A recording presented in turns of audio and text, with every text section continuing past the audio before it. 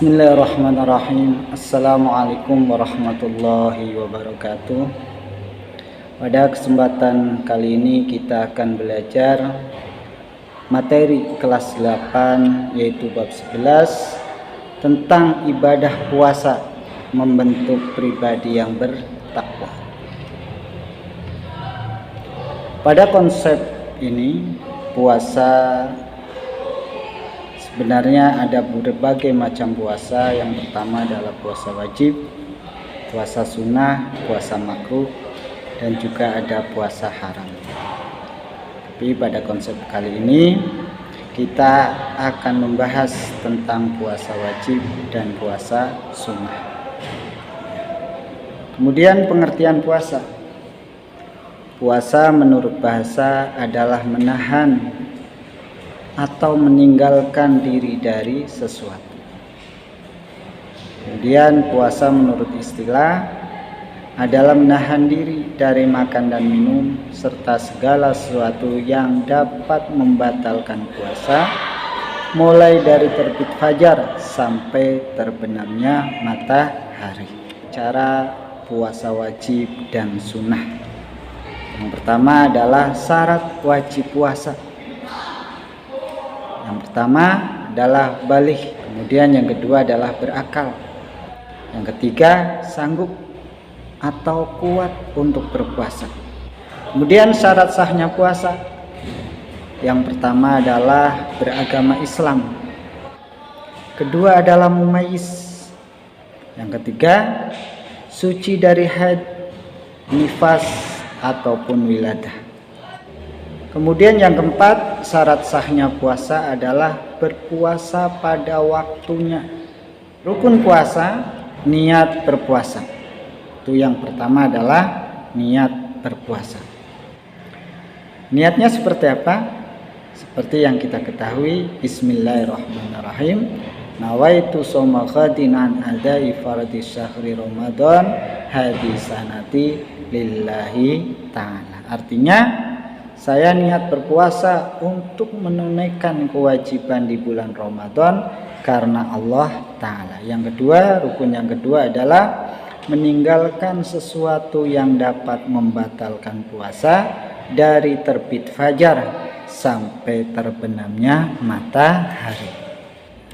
Kemudian hal-hal yang membatalkan puasa.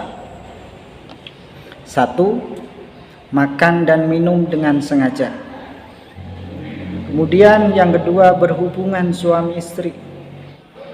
Yang ketiga, memasukkan sesuatu ke dalam perut lewat lubang atau anggota badan. Yang keempat, muntah dengan sengaja. Selanjutnya adalah keluar darah haid atau nifas bagi perempuan. Kemudian hilang ingatan atau gila. Yang selanjutnya keluar cairan mani dengan sengaja. Selanjutnya adalah murtad. Kemudian ada beberapa orang yang boleh meninggalkan puasa atau tidak puasa. 1. Orang sakit yang tidak kuat puasa. Yang kedua, orang yang dalam perjalanan jauh. Kemudian orang tua yang sudah lemah dan tidak kuat lagi berpuasa. Kemudian yang keempat, orang hamil dan orang yang sedang menyusui. Itulah orang-orang yang boleh tidak berpuasa. Kemudian hal-hal yang dihindari ketika berpuasa. 1. Memfitnah atau mencela orang. 2. Menggunjing dan marah atau ghibah. Ghadab, mencuri, menipu dan berdusta. Kemudian melihat perbuatan-perbuatan maksiat, memandang wanita dengan syahwat, bercerita atau mendengarkan cerita bohong, dan yang lain. Selanjutnya, hal-hal yang disunahkan ketika kita berpuasa. 1. Menyegerakan berbuka. Yang kedua, berbuka dengan kurma, atau jika tidak ada cukup dengan air. Yang ketiga, mengakhirkan sahur. Yang keempat, memperbanyak beramal saleh. Sekarang kita akan membahas tentang puasa wajib. Yang pertama adalah puasa Ramadan, kedua puasa nadar, ketiga puasa kafarat, dan puasa qada. Puasa Ramadan adalah puasa yang dilaksanakan di bulan Ramadan. Ini merupakan rukun Islam yang keempat. Makanya wajib bagi umat Islam untuk mengerjakan puasa Ramadan. Hukumnya fardu ain. Apabila sedang berhalangan melaksanakan puasa Ramadan, kita wajib menggantinya pada hari yang lain atau qada. Yang kedua, puasa nadar adalah puasa yang dilakukan karena mempunyai nazar atau janji kebaikan yang pernah diucapkan. Ketiga, puasa kifarat atau kafarat adalah puasa yang wajib dikerjakan karena melanggar suatu aturan yang telah ditentukan. Yang keempat adalah puasa qada. Puasa qada adalah puasa yang kita niatkan untuk mengganti kewajiban sesudah lewat waktunya. Kemudian kita akan bahas tentang puasa sunnah. Ada berbagai macam puasa sunnah. Puasa Senin Kemis ini kenapa sangat dianjurkan?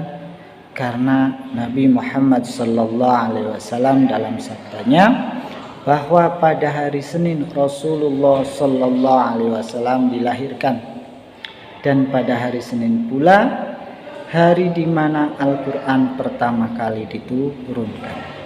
Yang kedua, puasa Syawal. Puasa Syawal dilakukan 6 hari setelah Idul Fitri. Puasa Syawal boleh dilakukan secara berturut-turut, maksudnya hari kedua sampai ke-7, ataupun boleh diselang-seling. Yang penting masih pada bulan Syawal. Kemudian puasa Arafah.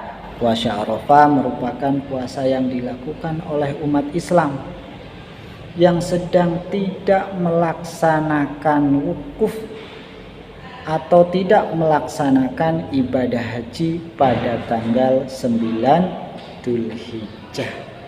Kemudian puasa Asyura. Asyura merupakan puasa yang dilakukan di tanggal 10 bulan Muharram. Yang kelima, puasa Ayyamul Bid. Ini merupakan puasa yang dilakukan pada setiap bulan, tiap tanggal 13, 14, 15 kalender Hijriyah. Yang keenam, puasa Daud atau puasanya Nabi Daud alaihi salam. Ini juga sunnah bagi umatnya Nabi Muhammad sallallahu alaihi wasallam. Puasa Daud adalah puasa yang dilakukan dengan selang-seling, yaitu sehari puasa, kemudian sehari tidak. Dan fungsi puasa itu, yang pertama, sebagai upaya untuk lebih mendekatkan diri kepada Allah Subhanahu wa Ta'ala. Kedua, sebagai upaya melatih kedisiplinan, kejujuran, dan kepercayaan diri. Yang ketiga, sebagai upaya melatih pengendalian diri. 4, sebagai upaya memelihara kesehatan, karena dengan puasa maka akan diberi kesehatan. Sumum patasihu. Selanjutnya yang kelima, sebagai ungkapan syukur kepada Allah Subhanahu wa Ta'ala yang telah memberikan segala nikmat kepada hamba-hambanya. Kemudian sebagai upaya untuk membiasakan diri memelihara amanah. Kemudian sebagai upaya memupuk rasa kasih sayang terhadap fakir miskin, karena dengan puasa kita akan merasakan apa yang mereka rasakan setiap harinya. Yang kedelapan, dengan menjalankan puasa secara ikhlas Dengan menjalankan puasa Ramadan secara ikhlas akan diampuni dosa-dosa yang telah lalu. Ini hikmah dan fungsi puasa. Dari saya cukup sekian. Apabila banyak kesalahan, mohon maaf yang sebesar-besarnya. Terima kasih. Wassalamualaikum warahmatullahi wabarakatuh.